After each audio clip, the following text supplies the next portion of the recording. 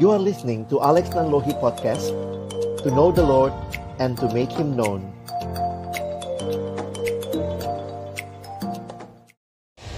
Mari kita berdoa sebelum membaca merenungkan firman Tuhan. Biarlah pujian kami menyatakan kerinduan kami. Tuhan berbicaralah. Sapalah kami dengan kebenaran firman-Mu, supaya sungguh setiap kami bukan hanya menjadi anak-anak yang terbiasa mengikuti ibadah, tetapi kami lupa, kami tidak menyadari bahwa sebenarnya Engkaulah sendiri yang telah mengundang kami. Engkaulah sendiri yang berkenan menyapa kami dengan firman-Mu. Pagi hari ini, biarlah kebenaran firman-Mu boleh dinyatakan sekali lagi. Tuhan menolong baik hamba yang menyampaikan, setiap kami yang mendengarkan. Tuhan tolonglah kami semua, agar kami bukan hanya menjadi pendengar-pendengar firman yang setia, tapi mampukan dengan kuasa dari Roh-Mu yang kudus, kami dimampukan menjadi pelaku-pelaku firman-Mu di dalam hidup kami, di dalam masa muda kami. Bersabdalah ya Tuhan, kami anak-anak-Mu sedia mendengarnya. Di dalam satu nama yang kudus, nama yang berkuasa, nama Tuhan kami Yesus Kristus, Sang Firman yang hidup, kami menyerahkan pemberitaan firman-Mu. Amin. Shalom. Selamat pagi teman-teman sekalian. Kita bersyukur buat hari ini kita boleh beribadah bersama-sama. Dan kesempatan pagi ini kita akan merenungkan bagian firman Tuhan dalam tema saya beri judul Loving God, Loving Others, ya. Dan sama-sama kita akan melihat di dalam satu bagian firman 1 Yohanes pasal yang ketiga. Kita akan membaca ayat yang pertama sampai dengan ayatnya yang ke-24. Satu perikop, ya. Saya akan nanti highlight beberapa hal. 1 Yohanes pasal 3 ayat 1 sampai ayat yang ke-24. Rasul Yohanes menulis surat ini kepada jemaat yang diperkirakan ada di sekitar Efesus pada waktu itu. Apa yang menarik? Kebiasaan Rasul Yohanes menulis agak berbeda dengan tulisannya Rasul Paulus. Jadi kalau nanti teman-teman tertarik membaca lebih jauh, Rasul Yohanes menulisnya tidak terlalu kronologis secara logika berpikir, tetapi dia menulisnya banyak diulang. Allah adalah kasih. Barang siapa di dalam Allah, dia tetap mengasihi, sebab Allah adalah kasih. Jadi banyak hal yang seperti itu di dalam tulisannya Rasul Yohanes. Agak berbeda dengan tulisannya Rasul Paulus. Nah, dia menuliskan untuk meneguhkan jemaat. Pada waktu itu ada kondisi ajaran-ajaran yang tidak sehat. Jadi kembali lagi, apa yang dia sampaikan, kalau teman-teman baca nanti seluruh kitab 1 Yohanes, ini adalah hal-hal mendasar di dalam iman orang percaya, ya. Jadi kita bersyukur hari ini kita bisa baca lagi surat ini, mendasarkan kepada kita, memberi dasar kepada kita bagaimana hidup beriman kita, ya. Mari kita baca bergantian. Saya baca ayat 1, teman-teman baca ayat 2. Kita berbaca bergantian sampai ayat 24. Kita baca dengan tenang saja supaya kita bisa mengerti, ya, tidak usah kejar-kejaran. Saya mulai ayat 1. Lihatlah betapa besarnya kasih yang dikaruniakan Bapa kepada kita, sehingga kita disebut anak-anak Allah. Dan memang kita adalah anak-anak Allah. Karena itu dunia tidak mengenal kita, sebab dunia tidak mengenal Dia.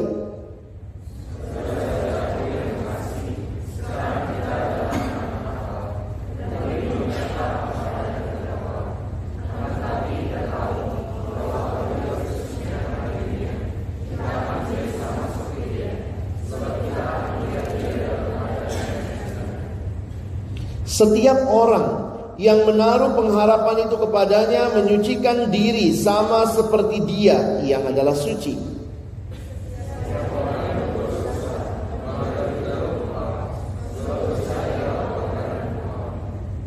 Dan kamu tahu bahwa Ia telah menyatakan dirinya supaya Ia menghapus segala dosa, dan di dalam Dia tidak ada dosa.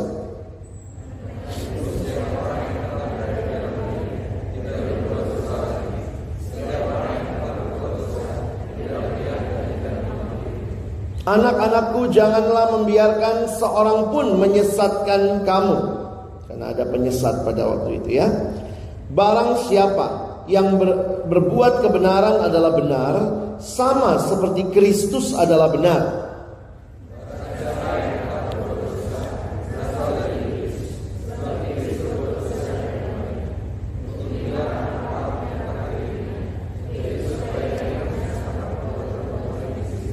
Setiap orang yang lahir dari Allah tidak berbuat dosa lagi, sebab benih ilahi tetap ada di dalam dia, dan ia tidak dapat berbuat dosa karena ia lahir dari Allah.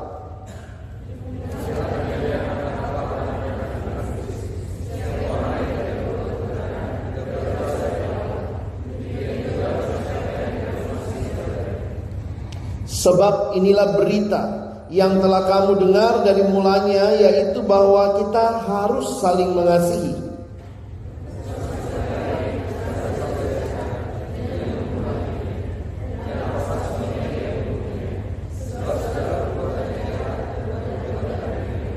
Janganlah kamu heran, saudara-saudara, apabila dunia membenci kamu.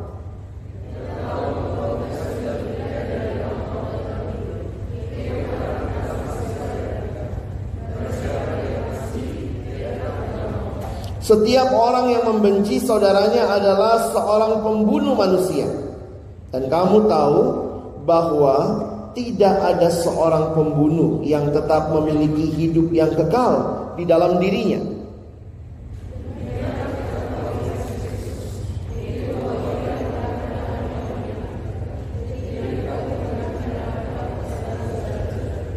Barang siapa mempunyai harta duniawi dan melihat saudaranya menderita kekurangan, tetapi menutup pintu hatinya terhadap saudaranya itu, bagaimanakah kasih Allah dapat tetap di dalam dirinya?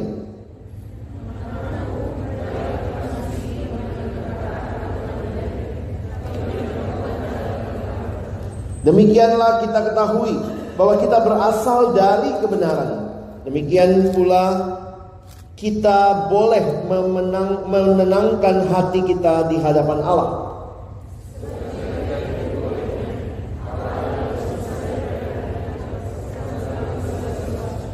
Saudara-saudaraku yang kekasih, jikalau hati kita tidak menuduh kita, maka kita mempunyai keberanian percaya untuk mendekati Allah.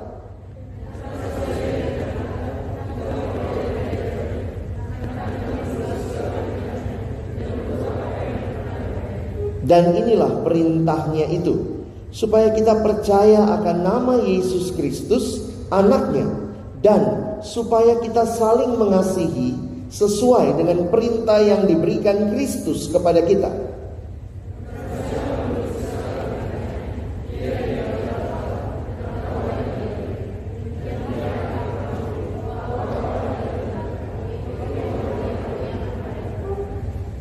Wow, ini satu surat yang bagi saya sangat luar biasa. Ketika mempersiapkan ini, kembali disegarkan lagi melihat betapa luar biasanya kasih yang Tuhan nyatakan kepada kita dan bagaimana kita meresponinya. Sekali lagi saya katakan, karena surat ini agak berbeda dengan surat-suratnya Rasul Paulus, maka sebenarnya agak sulit bagi kita untuk membaginya. Tapi coba Bang Alex pagi ini mencoba membagi bagi kita sekalian, ada 4 bagian besar yang saya mau bahas. Saya akan highlight beberapa ayatnya. Teman-teman bisa perhatikan walaupun itu akan terulang ya, karena sekali lagi caranya Paulus dan Yohanes menulis sangat berbeda. Yohanes mengingatkan, kamu dikasihi Allah, kamu jadi anak Allah. Karena kamu anak Allah, kamu mengenal Dia. Karena kamu mengenal Dia, kamu mengasihi. Kalau kamu mengasihi, berarti kamu mengenal Dia. Itu bolak-balik begitu ya. Tetapi ini semua kalau kita lihat dalam satu rangkaian, menjadi bagian yang indah untuk kita renungkan kembali pagi ini. Bagian pertama kita akan melihat anugerah Allah adalah keselamatan. Ada banyak ayat sebenarnya yang membahasnya. Saya batasi ayat 1 sampai 5. Lalu respon anugerah ayat 6 sampai 8. dengan pertobatan, ada identitas yang baru sebagai anak Allah, ayat yang ke-9 sampai 10, dan kita akan melihat tanda sebagai orang-orang yang telah hidup baru, yaitu saling mengasihi. Saya rangkum saja ayat 11 sampai ayatnya yang ke-24. Mari kita lihat mulai dari bagian yang pertama. Kita akan sedikit mengingat kembali apa yang sudah dibahas minggu yang lalu. Kita bicara tentang keselamatan. Perhatikan ayat yang pertama. Mari kita baca kembali sama-sama. 1, 2, iya. Lihatlah betapa besarnya kasih yang dikaruniakan Bapa kepada kita, sehingga kita disebut anak-anak Allah. Dan memang kita adalah anak-anak Allah. Karena itu dunia tidak mengenal kita, sebab dunia tidak mengenal Dia. Jadi memang bingung juga mau dibagi outline-nya bagaimana. Ada kata kasih di situ, ada kata anak Allah, ada kata mengenal. Ini menunjukkan kepada kita apa yang Allah lakukan bagi hidup kita. Kekristenan berbeda dengan semua agama yang lain. Semua agama yang lain berbicara apa yang manusia harus lakukan supaya selamat. Tapi kekristenan berbicara tentang apa yang Allah lakukan bagi kita supaya kita selamat. Karena itu tema kita, Christ is enough. You need no other savior because Christ is enough. And you yourself, you are not a savior. Kadang-kadang kita berpikir, oh saya bisa menyelamatkan diri saya. Manusia pikir kalau dia lakukan keperbuatan baik, dia bisa selamat. Maka ada pahala yang nanti katanya mau ditimbang-timbang. Kalau kamu bisa selamat dengan usahamu sendiri, you are a savior. Tapi kamu tidak bisa selamat dengan usahamu sendiri. That's why we need a savior. Dan juru selamat itu, it's only Christ. Christ is enough. Teman-teman yang dikasihi Tuhan, saya ingin mengajak sedikit melihat apa yang menjadi keunikan manusia yang dicipta oleh Allah. Kalau saudara memperhatikan, sebenarnya Allah menciptakan manusia itu di dalam relasi. Manusia dicipta yang pertama dalam relasi dengan Tuhan, lalu relasi dengan sesama, lalu relasi dengan diri sendiri, dan kemudian relasi dengan alam di mana kita hidup dan tinggal. Ini kalau saya ngajar kepada anak-anak sekolah minggu, biasanya pakai gerakan ya. Allah menciptakan kita untuk menyembah Dia, mengasihi sesama, menerima diri, memelihara alam. Nah pagi ini jadi anak sekolah minggu, ayo jangan malas. Menyembah Allah, Allah harus disembah. Sesama dikasihi, diri sendiri diterima, alam dipelihara. Menyembah Allah, mengasihi sesama, menerima diri, dan memelihara alam.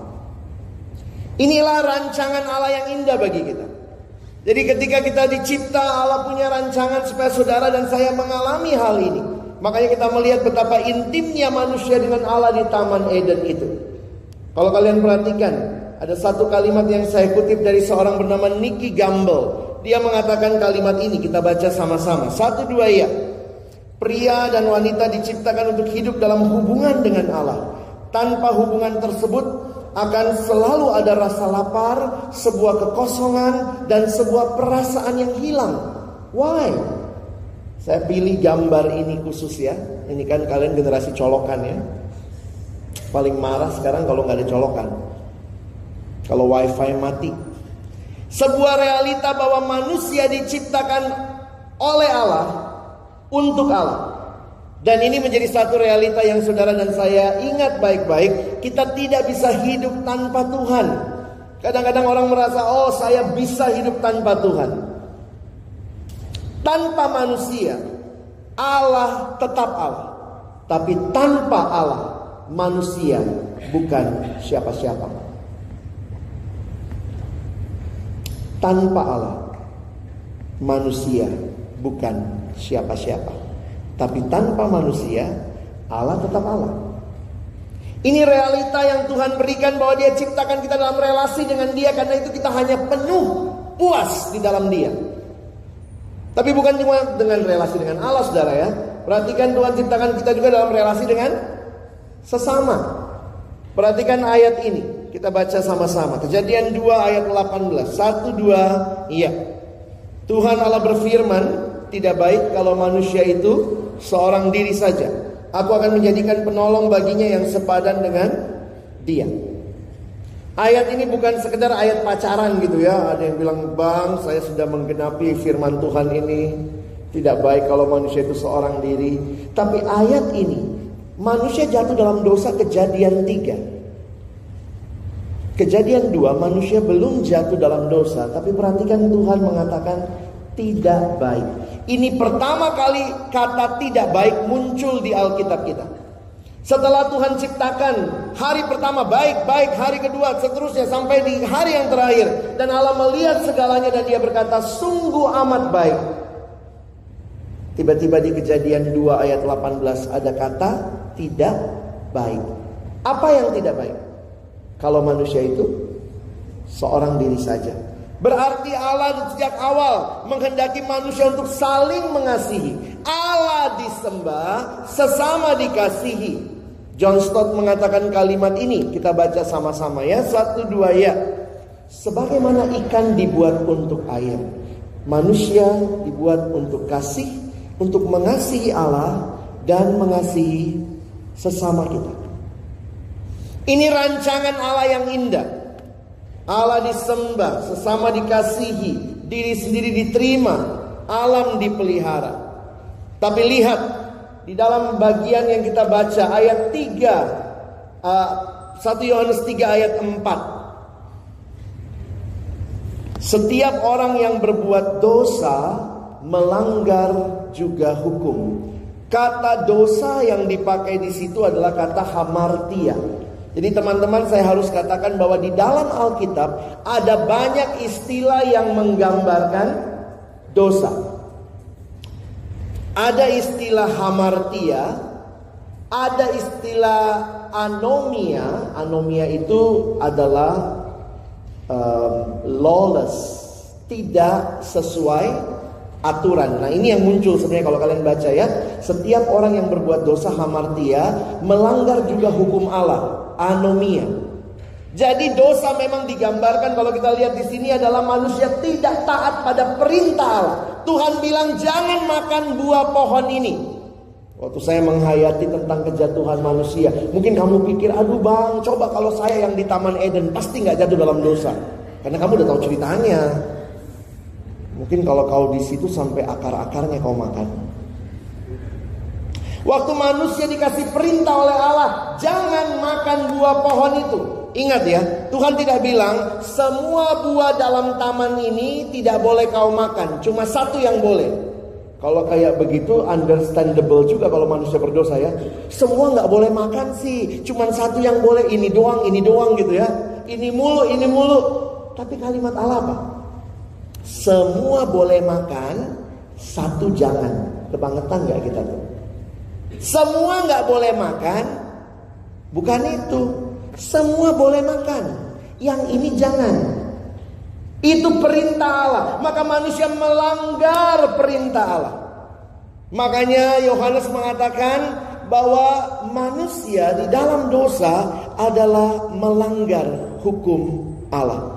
Sebab dosa ialah pelanggaran hukum Allah. Tapi istilah yang lain, istilah hamartia, saya mau jelaskan sedikit istilah ini, karena ini istilah yang menarik dalam menggambarkan dosa, muncul juga di dalam Perjanjian Lama. Saudara perhatikan istilah hamartia sebenarnya menggambarkan manusia yang meleset dari sasaran.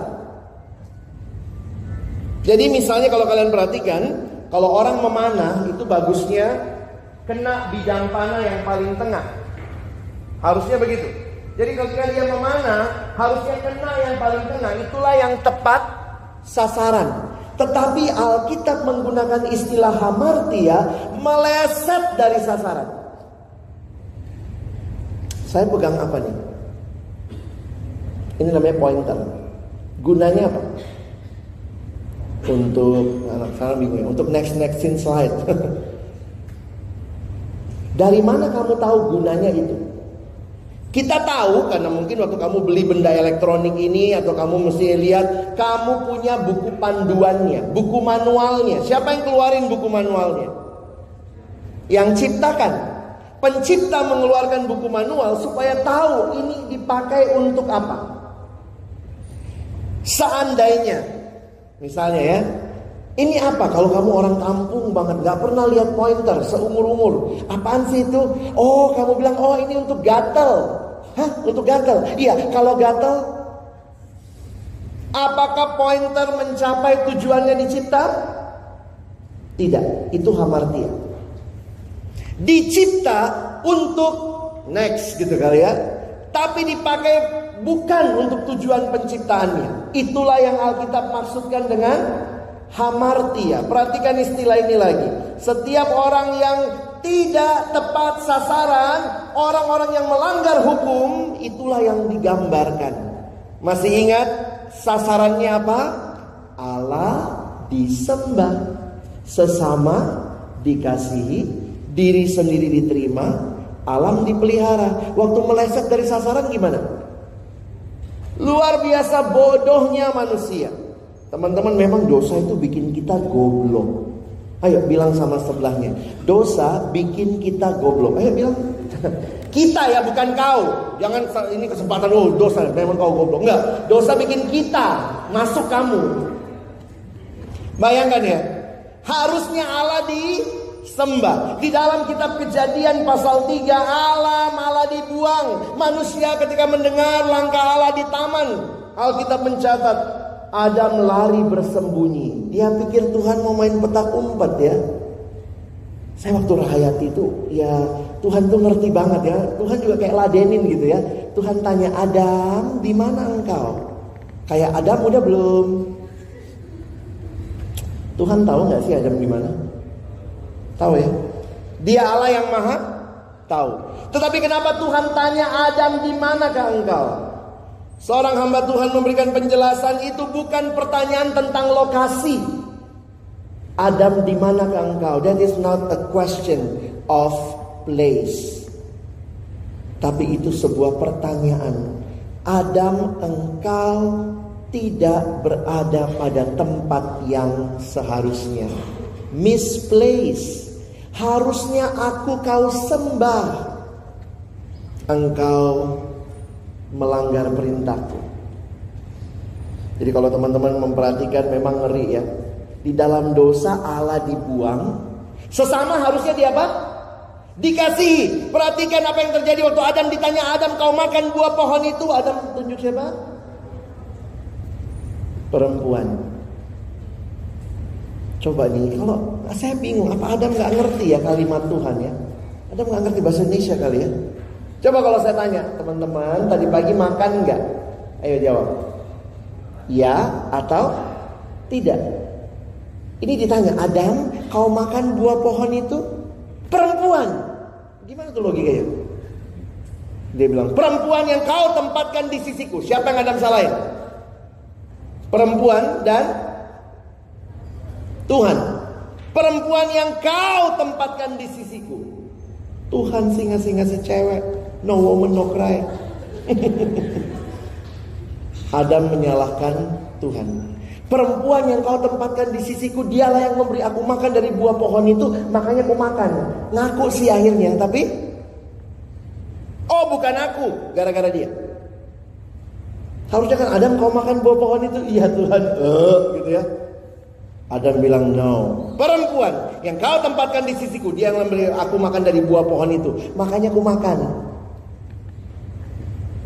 Di Kejadian 4 dituliskan juga di ayat 11, ayat 12, ayat 13. Di Kejadian 4 seorang abang tega bunuh adiknya sendiri. Allah harusnya disembah, sesama harusnya dikasihi. Kejadian 4 mencatat meleset dari sasaran, membunuh adik sendiri. Inilah yang terjadi ketika manusia rusak relasinya dengan sesama. Allah ciptakan banyak relasi. Suami sama istri, orang tua, anak, majikan, pekerja, dosen. Oh, itu kok guru siswa ya. Ini slide anak SMA nih. Ini yang terjadi. Saling menyalahkan, saling membunuh, saling mengeksploitasi. Tidak heran Alkitab mencatat upah dosa adalah maut. Sampai di titik ini, saudara dan saya tidak ada jalan keluar. Kalau kau bisa selamatkan dirimu sendiri, please have a go. Please try. No. Karena itu waktu saya menyadari akhir dari dosa. Dosa di Alkitab cuma dibilang upah dosa adalah maut. Titik. Binasa kekal. Dan waktu saya dapat gambar ini,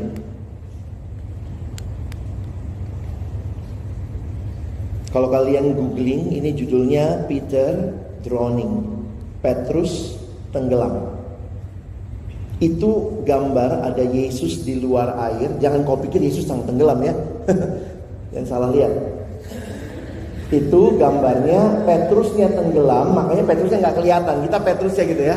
Nah, Yesus dari luar air mengulurkan tangannya.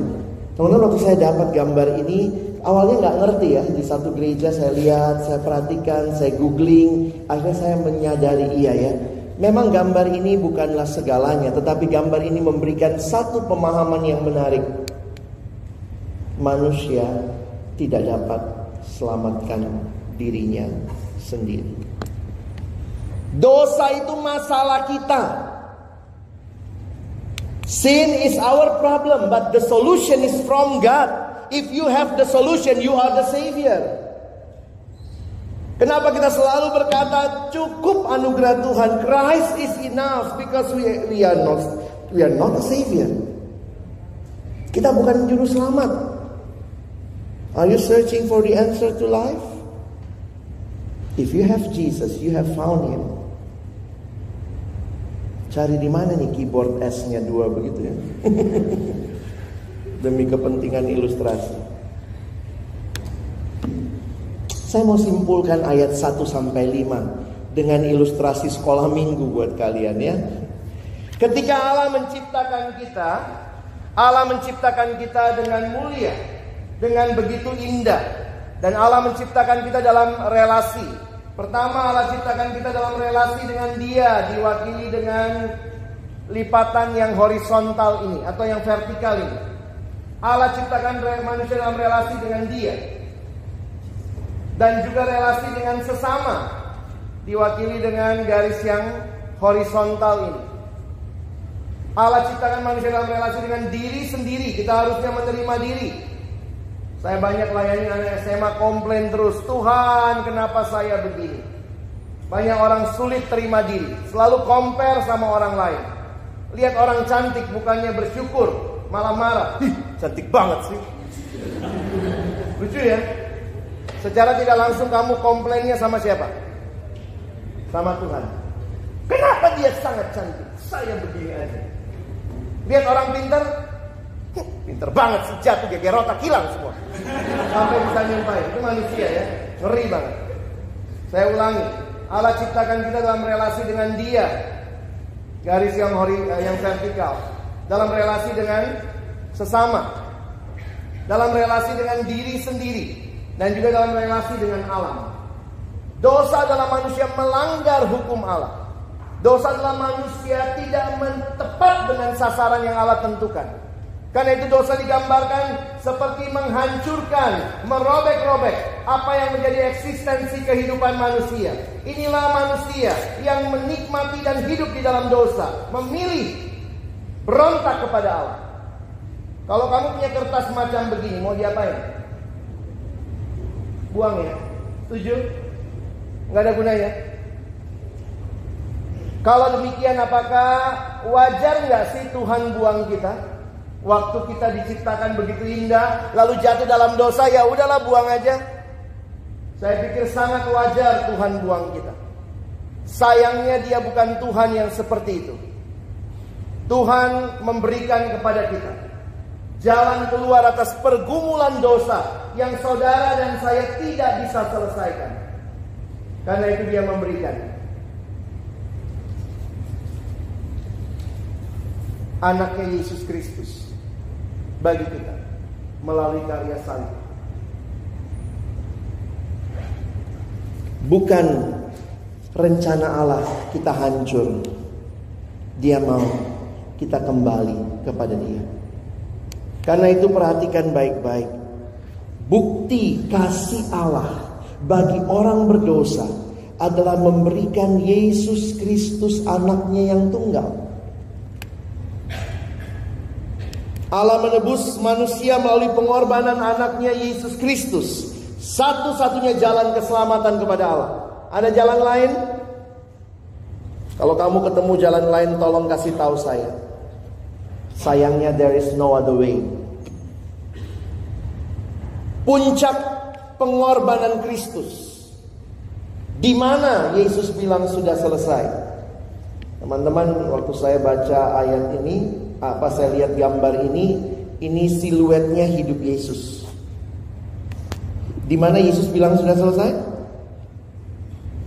Di kayu salib. Yesus tidak bilang sudah selesai di palungan. Kalau dia bilang di palungan, lari kali itu ya, gembala-gembala ya. Ada anak kecil ngomong udah selesai gitu ya, lari. Kalau dia datang untuk lahir, selesainya di palungan. Tapi dia datang bukan untuk lahir saja. Dia datang untuk menyelamatkan engkau dan saya dari dosa. Karena itu puncak karyanya di kayu salib. Dia berkata sudah selesai. Saya mengutip kalimat pendeta almarhum Billy Graham. Dia mengatakan salib adalah bukti termulia dari kasih Allah. Salib menyingkapkan kasih terbesar di dalam dunia. Dengan matinya Yesus di kayu salib, Dia mengorbankan dirinya. Sebenarnya Dia cuma mau mengatakan satu hal bagi engkau dan saya. Aku mengasihi. Saya suka kumpulin gambar ya.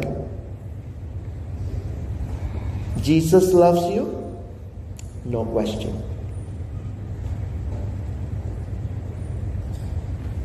Kalau kita dikasihi Allah, apa respon kita? Nah, ini jadi pertanyaan kan? Apa responmu atas anugerah Allah yang engkau dan saya alami? Kita bukan juru selamat, tapi kita diselamatkan. What should be our response? Perhatikan sebentar, saya tidak bisa bahas semua ayat, waktu kita sangat terbatas. Kita lihat ayat yang ke-6. Mari pria baca ayat yang ke-6, wanita baca ayat yang ke-9. Pria mulai, 1, 2, ya.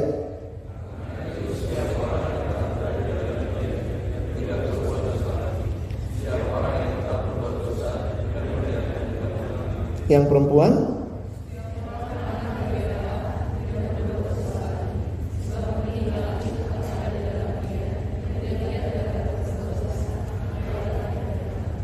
Saudara, kalau kalian perhatikan, mungkin ini agak sedikit bisa masalah teologis. Karena kalimatnya apa? Semua orang, setiap orang yang tetap berada di dalam Dia tidak berbuat dosa lagi. Setiap orang yang lahir dari Allah tidak berbuat dosa lagi. Benarkah setelah kamu percaya Yesus sudah tidak bisa berbuat dosa lagi? Masih bisa ya? Karena itu memang ini ternyata ada masalah terjemahan. Karena bahasa Indonesia itu kita miskin tenses ya. Tenses kita apa? Dulu, sekarang, akan datang. Itu udah selesai ya. Bahasa Inggris berapa tensesnya? 16. Bahasa Yunani, bahasa asli perjanjian baru, berapa tensesnya? Cuma 64. Bingung ya? Karena kalau bahasa Inggris kan kita present continuous, ada ya? Present continuous. Ada nggak yang present perfect continuous? Nah, kalau bahasa Yunani ada tensesnya begini. Past perfect present continuous. Nah, itu gimana tuh? Makanya kalau kalian mengerti bahasa Yunani, kalian tidak akan nanya lagi keselamatan bisa hilang nggak sih? Karena dia pakai tensesnya past perfect, tapi present continuous terus di experience sampai nanti. Nah, itu gimana? Itu yang disebut dengan aorist tense. It happens once in the past, but it happened and it's always will be. Makanya dalam terjemahan yang lain, waktu cek aslinya, bahasa Indonesia sehari-hari atau BIMK menerjemahkannya begini. Ini lebih tepat ya. Yuk kita baca sama-sama. 1, 2 ya. Semua orang yang hidup bersatu dengan Kristus tidak terus-menerus berbuat dosa. Itu ya, lihat ayat 9-nya. Orang yang sudah menjadi anak Allah tidak terus-menerus berbuat dosa. Apa bukti bahwa engkau dan saya mengalami anugerah Allah? Respon pertobatan. Dosa bukan lagi satu hal yang kita lakukan dengan santai. Masih bisa berdosa masih, tapi Tuhan akan berikan kepada kita alarm di hati kita. Roh Kudus akan terus mengingatkan, no, you should not do it. Itu bukan sesuatu yang kau nikmati. Bahkan diberikan lagi, teman-teman, saya ingatkan, ada status baru, identitas baru. Di bagian ini Rasul Yohanes sangat telak bicara. Serem ya kalimatnya. Inilah tandanya anak-anak Allah dan anak-anak iblis. Kalau orang lihat hidupmu, apa artinya anak? Sayangnya orang-orang suka berpikir anak, langsung bayangannya hubungan biologis. Nah itulah jadinya orang gak ngerti Allah Tritunggal ya. Dibilang, oh Yesus itu anak Allah. Ih siapa? Allah selingkuh sama siapa? Dasar porno aja kau mikirnya. Oh. Coba kalau saya tanya, kamu anak FEBUI, anak FEBUI. Ada yang nanya, mana mama FEB? Coba, iya ada anak tangga. Mana mama tangga? Kalau kau porno pikirannya pasti selalu mikir mana mamanya. Selingkuh sama siapa? Anak itu menunjukkan dia punya kualitas sama kayak bapaknya. Kenapa kamu dibilang anak FEB? Yang sebelah dibilang anak FT. Ada kualitas yang membedakan. Mungkin dari penampilan, dari cara jalan, gak tahu ya. Tapi ada sesuatu yang membedakan. Ada ke FT-an, ada ke FEB-an. Kalau kita anak Allah, kita mirip siapa? Mirip Allah. Ada gak temanmu di kelas? Ih, kau Allah banget. Belum ya? Berarti kita anaknya siapa? Jangan-jangan kalau orang lihat hidup kita, waktu saya besuk teman melahirkan. Disitulah saya baru ngerti namanya orang tua itu bangga banget punya anak mirip dia. Ini anak pertama teman saya, sekarang anaknya udah SMA ya, udah kelas 3, tahun depan kuliah. Teman-teman, waktu kita datang pas anaknya baru selesai menyusu. Jadi akhirnya teman saya yang ceweknya ya, ini suami istri teman KTB nih ya. Tetap sih yang melahirkan istrinya waktu itu ya. Jadi waktu datang, terus kemudian dia pamer anaknya. Lex, lihat anak gua. Kita liatin, namanya masih bayi kecil, tutup-tutup mata gitu ya. Lex, jidatnya kan jidatku ya, kata mamanya. Hidungnya hidung bapaknya. Tiba-tiba bapaknya marah. Mama, jidatnya jidat papa, hidungnya hidung mama. Lalu mereka berantem di situ, hidung jidat, hidung jidat. Kita mah yang datang cuma mikir, ya Allah, namanya produk bersama ya, pasti rada mirip sana, rada mirip sini. Tapi di situ saya jadi ngerti betapa bangganya orang tua, ini anakku.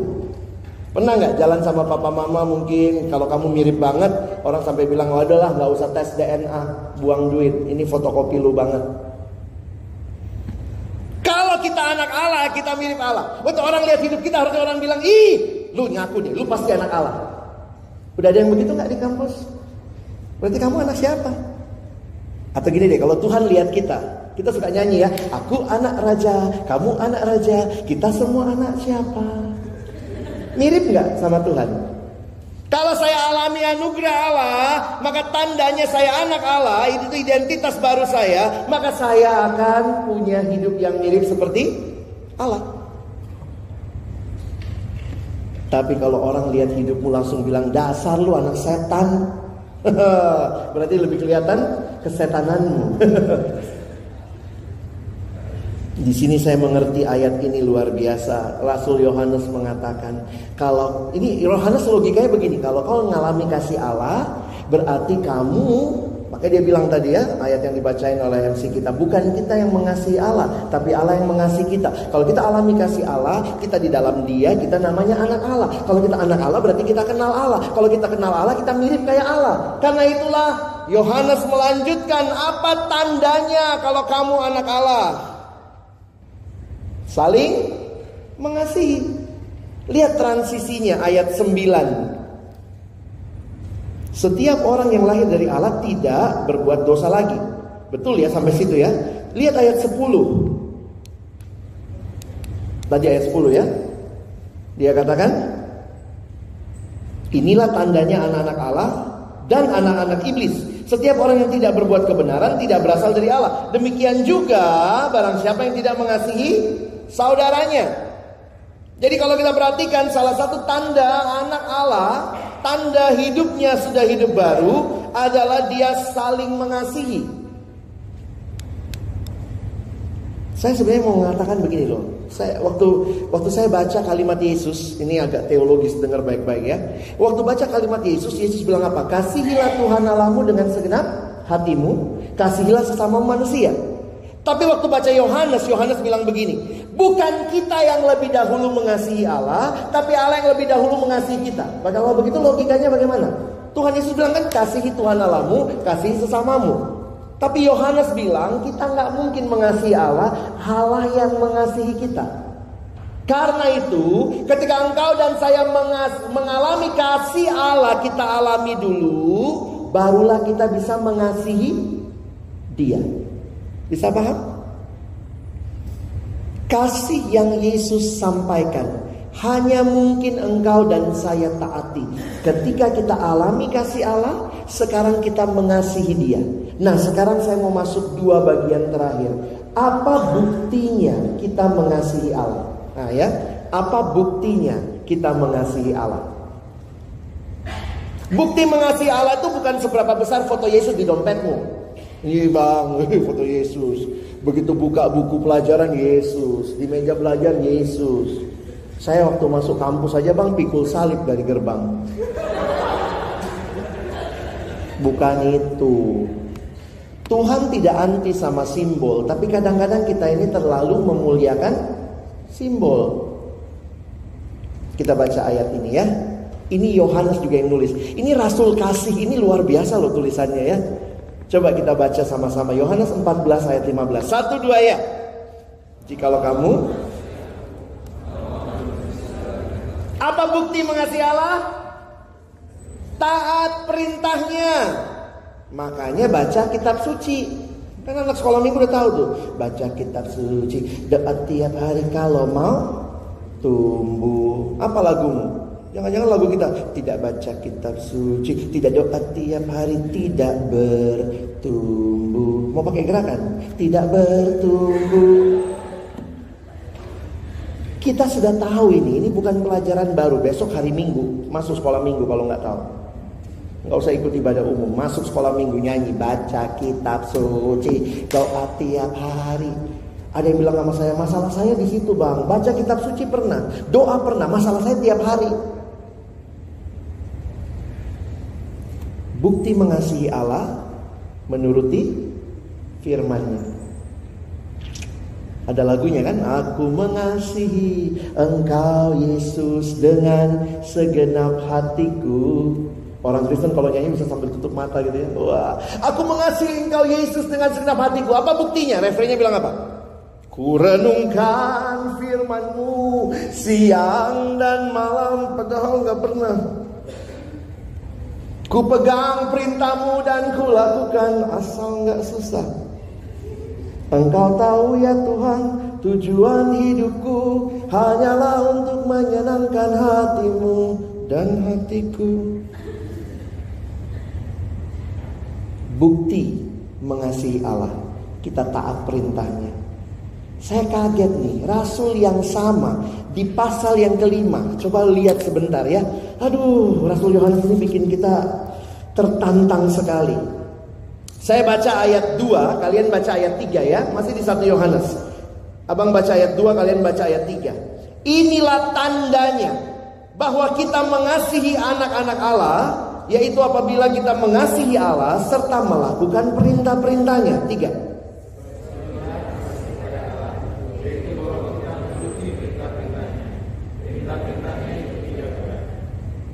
Saya dapat ayat ini kelas 1 SMA, hampir saya buang Alkitab ini. Perintahnya berat apa tidak?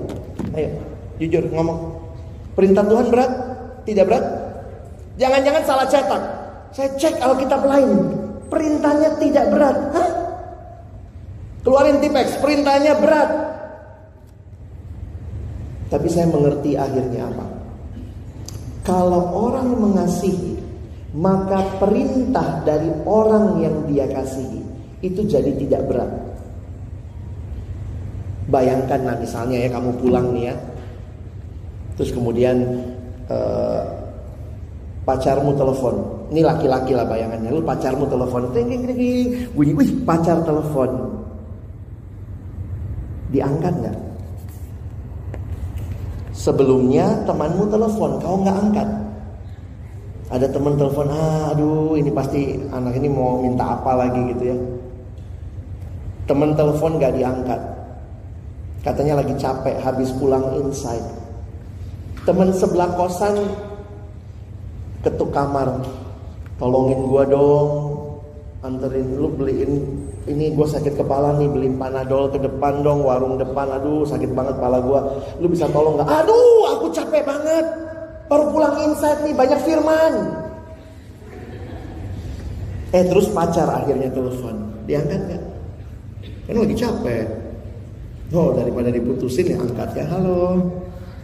Gimana? Udah selesai acaranya? Udah. Lagi capek dong pasti ya. Jawab apa? Enggak. Siapa yang capek? Enggak ada, masih muda masa capek.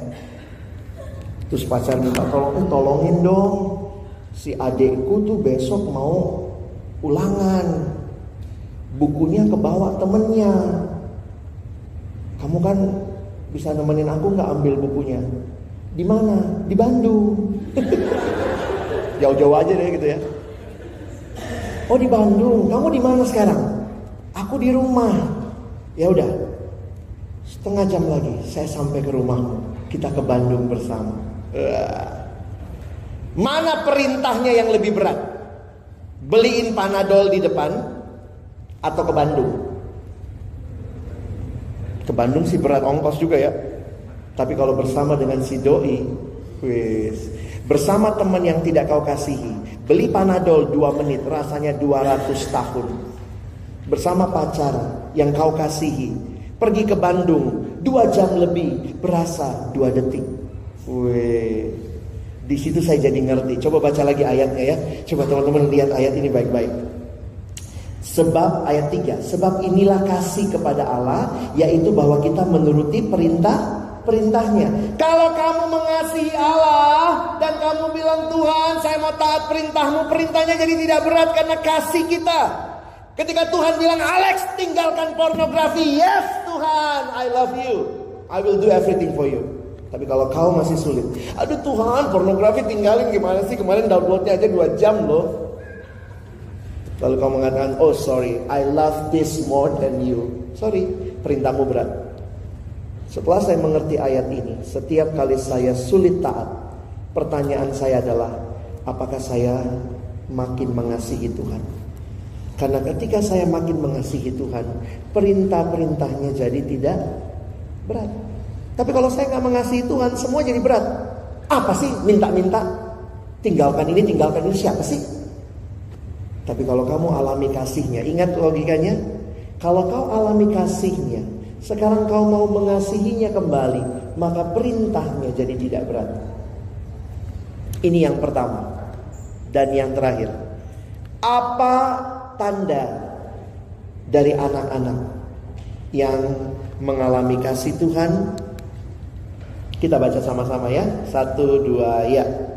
Demikianlah kita ketahui kasih Kristus, yaitu bahwa ia telah menyerahkan nyawanya untuk kita.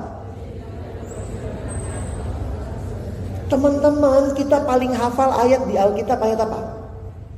Yohanes 3 ayat 16. Tapi hari ini saya minta kalian belajar hafal 1 Yohanes 3 ayat 16. Tambah 1 depannya. Perintah ini unik loh. Saya pikir logikanya begini. Kalau Yesus kasih nyawanya buat saya, lalu saya kasih nyawa saya buat Yesus, impas toh. Oh, ini buatku, ini buatmu Tuhan. Tapi baca ayat ini, gelo ayat ini, sorry ya. Saya berapa kali sama Rasul Yohanes ini kayak digampar-gampar gitu. Dia bilang apa? Demikianlah kita ketahui kasih Kristus, yaitu bahwa ia telah menyerahkan nyawanya untuk kita. Harusnya kan apa? berilah nyawamu buat Yesus. Selesai kan? Berarti kita pun wajib menyerahkan nyawa kita untuk lihat kiri kanan, rela nggak nyerahin nyawa buat dia? Atau waktu lihat dia, nyawamu gua ambil. Sorry ya. Bener loh teman-teman. Saya pikir Kristen itu radikal banget, bukan dalam hal membenci. Sorry to say, they can be radical in hatred. But we have a radical love. Gila ayat ini. Tuhan bilang, kalau kamu mengasihi aku, kamu akan rela memberikan nyawamu untuk saudara-saudara. Karena itu kesimpulan saya dari ayat ini. Respon kita terhadap kasih Allah ada dua. Pertama, terutama taat kepada Allah. Tapi bukan hanya itu, belajar mengasihi sesama. God's love is seen in how Christians love one another. Teman-teman, saling mengasihi itu perintah Alkitab loh ya. Ini kalimatnya. Coba kita baca 1 Yohanes 4 ya. 1, 2 ya. Saudara-saudaraku yang kekasih, jikalau Allah sedemikian mengasihi kita, maka harusnya kita juga saling mengasihi. Tidak ada seorang pun yang pernah melihat Allah. Jika kita saling mengasihi, Allah tetap di dalam kita dan kasihnya sempurna di dalam kita. Makanya setelah kamu percaya, kamu harusnya menikmati komunitas yang Tuhan berikan. Banyak gak di Alkitab tentang saling? Oh banyak, nanti kalian cari sendiri ya. Saya aja waktu nyarinya ini ada begini. Another, one another. Be devoted and give preference to one another. Menerima satu dengan yang lain. Care for one another. Banyak gak nih? Banyak ya? Kurang banyak. Nih saya tambahin. One anothering. That's why saya dorong kita, kalau kau sudah sungguh-sungguh percaya, nikmati komunitas Allah. Saya tutup dengan, kita baca ya slide ini, ada beberapa slide lagi nanti saya tutup dengan itu ya.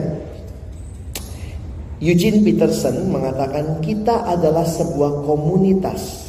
Kita tidak pernah hidup sendiri dan bagi diri sendiri. Kita dilahirkan dalam komunitas. Kita tinggal dalam komunitas, kita meninggal dalam komunitas. Natur manusia bukanlah hidup menyendiri. That is not our nature. Karena itu nasihat firman Tuhan juga harusnya mengingatkan kita. Kamu butuh satu sama lain. Bersyukur ya, di kampus kita ada persekutuan seperti ini. Mungkin kau pikir, wah udahlah santai aja, gue udah masuk FA, apa yang gue cita-citain dapet. Tapi mari belajar melihat, Tuhan pun sediakan komunitas. If you love God, then you will love one another. Seorang bernama Santo Agustinus, orang Katolik pasti kenal sekali sama Santo Agustinus. Satu kali dia ditanya, bagaimana bentuk dan rupa kasih? Lalu Agustinus menjawab, kasih memiliki tangan untuk menolong orang lain. Kasih memiliki kaki untuk menghampiri mereka yang miskin. Kasih memiliki mata untuk melihat kebutuhan-kebutuhan orang lain. Dan kasih memiliki telinga untuk mendengar rintihan mereka yang menderita. Demikianlah rupa kasih. Akhirnya saya sadar, love is not something for us as a concept, but love is action. And who will do that? God has proved His love. Karena itu kita pun harus membuktikan kasih itu. Kristen tidak bicara kasih yang abstrak. Karena Yesus pun mengasihi kita tidak abstrak. Dia kasih nyawanya. Oke, kita baca ayat terakhir ya sama-sama. Apa yang dinasehatkan firman Tuhan bagi kita? 1, 2, ya. Janganlah kita menjauhkan diri dari pertemuan-pertemuan ibadah kita, seperti dibiasakan oleh beberapa orang. Tetapi marilah kita saling menasehati dan semakin giat melakukannya menjelang hari Tuhan yang Udah banyak gak orang yang dari dulu suka malas? Ada juga nih ya. Seperti dibiasakan oleh beberapa orang. Tapi penulis kitab Ibrani mendorong, nikmati komunitas, saling menasehati, dan menjelang hari Tuhan semakin giat melakukannya. Dalam hidup saya Tuhan hadirkan dua keluarga. Pertama, keluarga kandung fisik natural saya. Tapi yang kedua yang saya syukuri, Tuhan hadirkan keluarga spiritual, keluarga rohani. Dan salah satu yang saya nikmati adalah ketika saya ada di kampus. Tentu saya dari daerah ya, jadi orang-orang gereja saya dari daerah kan gak mungkin saya ajak pindah semua ke sini ya. Ayo om tante, yuk menemani saya kuliah di UI, yuk pindah semua. Tapi ketika saya masuk ke sini, sebenarnya waktu saya masuk namanya anak kampung ya teman-teman. Saya dari daerah waktu itu, saya punya 3 doa.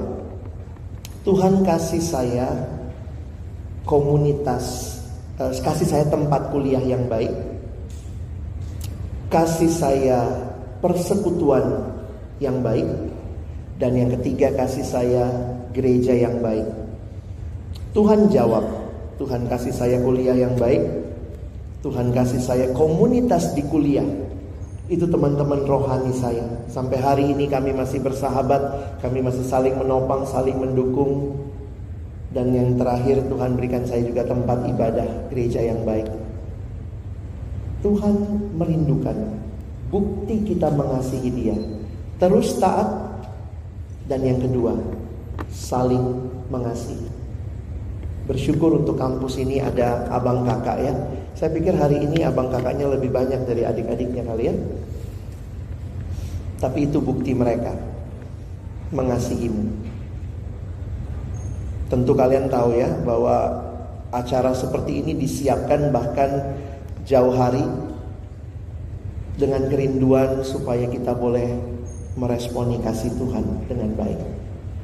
Mari kita berdoa. Bapa di dalam surga, terima kasih banyak buat kebenaran firman-Mu pagi ini. Terima kasih untuk cinta-Mu yang tidak pernah berakhir bagi hidup kami.